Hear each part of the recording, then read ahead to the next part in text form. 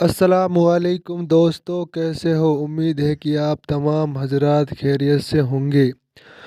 دوستو، حضرت جی مولانا سعد صاحب کا اہم بیان ہے، سبھی حضرات غور فرمائیں۔ کرتے ہوئے اور استغفار اپنے گناہوں پر ندامت کے ساتھ اللہ سے توبہ کرتے ہوئے استغفار کا اہتمام کیا جائے۔ 12,000 استغفار کرتے تھے ابو رضی اللہ تعالیٰ عنہ، فرماتے تھے یہ 12,000 استغفار میرے گناہوں کے بقدر ہے، جتنے میرے گناہ اتنے میرا استغفار روزانہ 12,000 استغفار۔ کہتے میرے گناہوں کا قرضہ ہے جو میں استغفار کر رہا ہوں۔ اس لیے فرمایا استغفار کی کثرت سے مال کی برکت بھی ہے، استغفار کی کثرت میں غصے کا علاج بھی ہے، استغفار کی کثرت میں قرضے کی ادائیگی بھی ہے، استغفار کی کثرت میں غصے کا علاج بھی ہے۔ یہ سب روایتیں ملتی ہیں،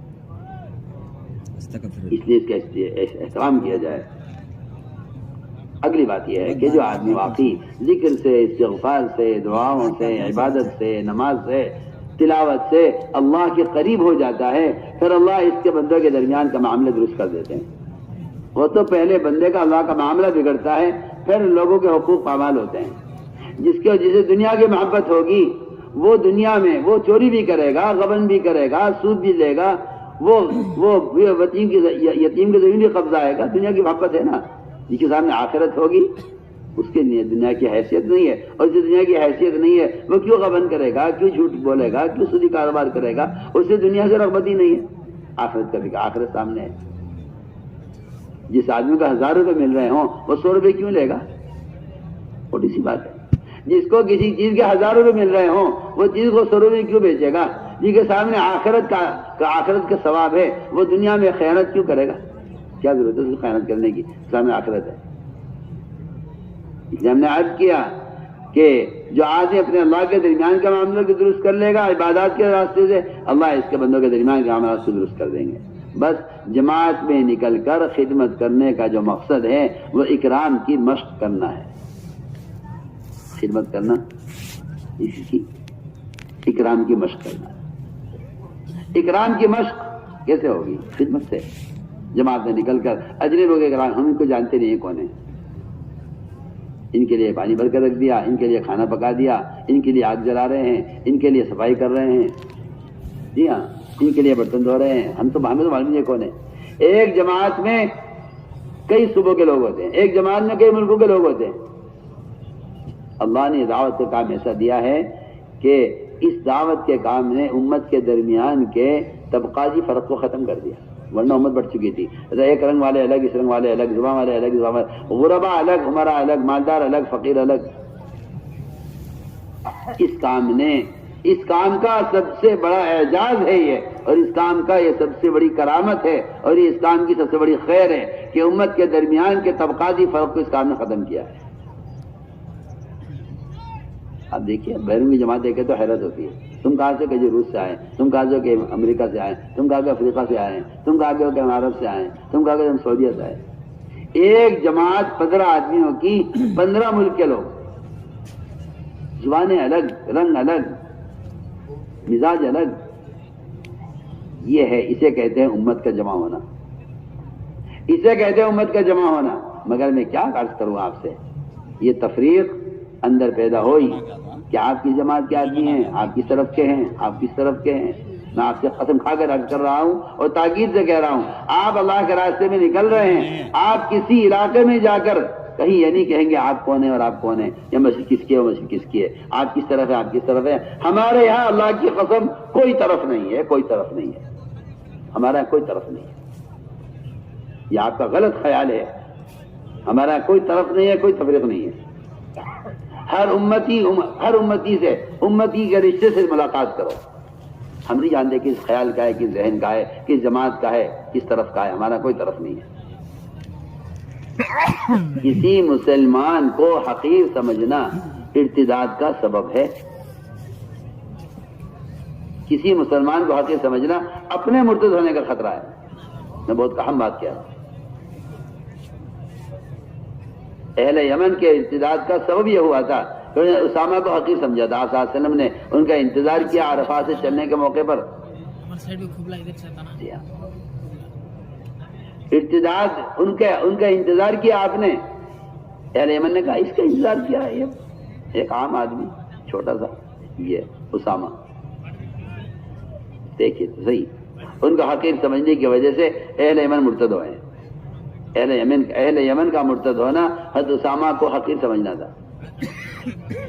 پڑھیے روایت. تو میں عرض کرنا چاہتا ہوں کہ کسی کو اجنبی نظر سے دیکھنا یا کسی کے بارے میں دل میں خیال لانا کہ یہ آدمی ہماری جماعت کا آدمی نہیں ہے، اس کی کوئی گنجائش تبلیغ میں نہیں ہے. آپ جہاں بھی جائیں سب سے ملیں، سب سے ملاقات کریں، سب کا اکرام کریں، اختلافی باتیں نہ پڑھیں. لوگ آپ سے اختلاف کریں آپ خاموش ہو جائیں کہ جی کہ بھئی ہم ایک کام لے کر آئے ہیں، امت ارتداد پر ہے، ہم تو امت کو نماز پر، ذکر پر، تلاوت پر لانے کی محنت میں لگے ہوئے ہیں، ہمیں اس اختلاف سے کیا مطلب ہے. اس طرح معمولی بات کر کے اپنے کام میں مشغول رہو. آپ صلی اللہ علیہ وسلم کو اس کا حکم ہے کہ آپ سے کوئی آپ کے مقصد کے علاوہ کوئی آپ سے سوال کرے آپ اس سوال کے جواب میں مت پڑھیے. جی ہاں آپ اپنے کام میں لگیے. ہمیں بھی چاہیے سب کا اکرام کریں، سب کا احترام کریں، اپنا کام کریں. آپ جو کہا یہ کیوں کر رہے ہو کہ جی ہمیں یہ ہدایات ہیں ہم اس کے پابند ہیں، والسلام. بس اس لیے جہاں بھی جاؤ وہاں والوں سے، جہاں بھی جاؤ وہاں کے لوگوں کا اکرام کرو، خود اپنے ساتھیوں کا اکرام کرو. اکرام سے اخلاق کی مشق ہوتی ہے. آپ ہمارے ایک صحابی سے یا اقسم وغزو مع غیر قومی کی احسن خلقت، اے اقسم اللہ کے راستے میں نکلو اپنی قوم کے علاوہ کے ساتھ، تمہارے اخلاق اچھے ہو جائیں گے تو اپنی قوم میں باعزت ہو جاؤ گے. عزت بھی اسی میں ہے، اخلاق کی بلندی بھی اسی میں ہے کہ اجنبی لوگوں کی خدمت کرو. ہم کو جانتے نہیں ہیں. سوچو تو صحیح، جو آدمی جماعت میں نکل کر ان لوگوں کی خدمت کرا جو نہیں جانتا نہیں ہے، اس کو واپس آ کر باپ کی خدمت، ماں کی خدمت، بھائیوں کے حقوق، بہنوں کے حقوق، بیوی کے حقوق، پڑوسی کے حقوق، کتنے حقوق کا پورا کرنا آسان ہو جائے گا جب جماعت میں نکل کے 4 مہینے ایک ایسے آدمی کی خدمت کر لیں گے جس کو ہم جانتے بھی نہیں ہیں. کتنی آسان بات ہے. اس طرح ہمیں جماعت میں نکل کر خدمت امراء کو خود لگانا ہے. آپ صلی اللہ علیہ وسلم جنگل سے لکڑی چننا خود لا رہے ہیں. یہ نہیں کام میرے کرنے کا نہیں ہے. آپ پتھر خود اٹھا رہے ہیں خندق کے موقع پر. آپ صلی اللہ علیہ وسلم کی تعمیر کے موقع پر آپ پتھر خود اٹھا رہے ہیں. آپ صلی اللہ علیہ وسلم کا معمول ہے یہ. اس لیے ہمیں چاہیے جماعت میں نکل کر اپنے آپ کو خدمت کے لیے خود پیش کریں. اس طرح ہمیں اکرام کے ذریعے اور خدمت کے ذریعے اکرام کی مشق کرنی ہے. اور یہ سارے کام صرف اللہ کی رضا کے لیے ہوں، اس کے علاوہ کوئی غرض نہ ہو. کیونکہ جو کام اللہ کے غیر کے لیے کیا جاتا ہے وہ عمل شرک بن جاتا ہے. وہ عمل شرک بن جاتا ہے جو اللہ کے غیر کے لیے کیا جائے. اس بات کو بہت دھیان میں رکھیں. اور جو عمل شرک بن جائے گا قیامت میں اتنا ہی نہیں کہ اس پر ثواب نہیں ملے گا، بلکہ جس عمل کو اللہ کے غیر کے لیے کیا جائے گا وہ عمل قیامت کے دن عذاب کا سبب بنے گا. اللہ فرمائیں گے اس شہید کو ڈالو پہلے جہنم میں، اس عالم کو ڈالو پہلے جہنم میں، اس سخی کو ڈالو پہلے جہنم میں. انہوں نے سخاوت، شہادت اور جو تعلیم دی ہے لوگوں کو دین کی وہ میرے لیے نہیں، عالم کہلانے کے لیے علم حاصل کیا ہے اور شہید کہلانے کے لیے جان دی ہے اور سخی کہلانے کے لیے سخاوت کی ہے. انہیں ڈالو پہلے جہنم میں. اللہ سے رو رو کر تہجد میں اللہ تعالیٰ سے رو رو کر ہمیں اخلاص کو مانگنا ہے. اے اللہ میری نیت کو تو درست کر دے اور میرے عمل کو شرک سے تو پاک رکھیے. اس طرح اللہ تعالیٰ سے اخلاص کو مانگتے رہنا ہے. ورنہ دوستو عزیزو کارنامے کون نہیں انجام دیتا. میں ایک قصہ سناتا ہوں آپ کو جو اخلاص کے بارے میں تو بیان نقل کیا ہے صحابہ میں. ایک آدمی تھا قزمان. آپ سے آخر میں دیکھ کر فرمایا کہ یہ آدمی جہنمی ہے. قزمان اس کا نام تھا. میں جہنمی ہے. صاحب نے کہا ہوگا جہنمی، آپ کو معلوم ہے، اللہ نے آپ کو بتایا ہوگا. احد کے موقع پر کچھ صحابہ اپنی جگہ سے ہٹ گئے اور انہوں نے اپنے امیر کی نافرمانی کی، جس سے سارے صحابہ میں تفرقہ اور سارے صحابہ میں انتشار پھیل گیا اور تمام صحابہ تتر بتر ہو گئے اور دشمن نے پلٹ کر حملہ کر دیا. یہ اس لیے ہوا تھا کہ ایک علاقے والوں نے اپنے امیر کی نافرمانی کی. جبل رومات پر جو صحابہ تھے وہ نیچے اتر گئے، ادھر سے پلٹ کر مشرکین نے حملہ کیا. فتح کے بعد شکست آ گئی۔ اس موقع پر جب دیکھا قزمان نے کہ انصار کو شکست ہو گئی ہے اور انصار پر دشمن نے حملہ کر دیا ہے، تو یہ قزمان آیا اچانک میدان میں اور اس نے انصار کی مدد کی اور کفار کا مقابلہ کیا۔ اتنا سخت مقابلہ کیا اس نے کہ 7-8 جو ہے دشمن قتل کر دیے اور انصار کی حفاظت کی۔ انصار حیران تھے کہ یہ تو جہنمی تھا، یہ ہمارے پاس آ گیا اور اسلام کی مدد کر رہا ہے۔ ادھر دشمن کو حیرت تھی کہ یہ تو ہمارے ساتھ ادھر کب چلا گیا۔ روایت میں ہے کہ اس کی کوشش پر فتح ہو گئی، انصار غالب آ گئے اور سب حیران تھے کہ اس کو تو اللہ کے نبی نے جہنمی کہا تھا۔ صحابہ فرماتے ہیں ہمارے دل میں شک پیدا ہو گیا اور فتنہ پیدا ہو گیا کہ اللہ کے نبی نے اس کو جہنمی کہا ہے، حالانکہ یہ آدمی جنتی ہے، دیکھو اس نے کتنا کام کیا ہے۔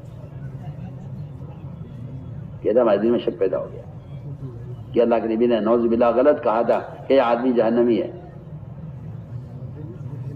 کہتے ہیں کہ صحابہ نے فرمایا کہ ہمیں خیال آیا کہ چلو ہم اس کے گھر چلتے ہیں اور اس کو اس کے اس کارنامے پر خوشخبری دیں گے اس کو۔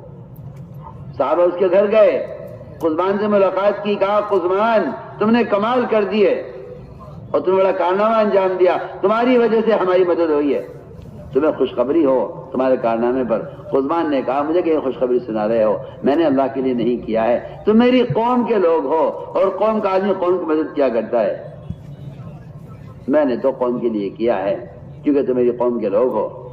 میں آپ سے کہنا چاہتا ہوں بہت سے لوگ ایسے ہیں جو حق کو حق جانتے ہیں مگر قوم کا ساتھ دینے کی وجہ سے مخالفت کرتے ہیں، بہت سے لوگ وہ ہیں جو سمجھتے ہیں بات ٹھیک ہے لیکن قوم کا ساتھ دینے کے لیے وہ حق کا ساتھ چھوڑ دیتے ہیں۔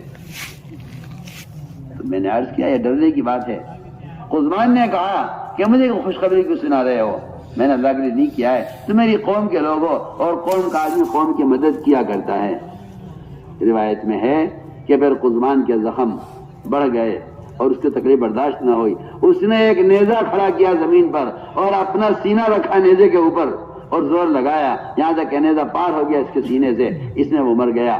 صحابہ دوڑے ہوئے آیا کہ یا رسول اللہ آپ نے سچ کہا تھا کہ وہ آدمی جہنمی ہے، آپ نے سچ کہا تھا وہ آدمی جہنمی ہے، ہم سے غلطی ہو گئی تھی، حالانکہ اس نے تائید کی ہے لیکن تائید جو کی ہے اللہ کے لیے نہیں کی ہے، اپنی قوم کے لیے کی ہے۔ اور یہ آپ یہ حدیث اخلاص کے باب میں اس کو نقل کیا ہے حیات الصحابہ میں۔ اس لیے میں کہہ رہا ہوں کہ بے شک کام کرنا ہے مگر نیتوں کو ٹٹولتے رہنا ہے کہ کس کے لیے کر رہے ہیں، کس کو خوش کرنے کے لیے کر رہے ہیں، کہ اللہ کے لیے کر رہے ہیں، قوم کے لیے کر رہے ہیں۔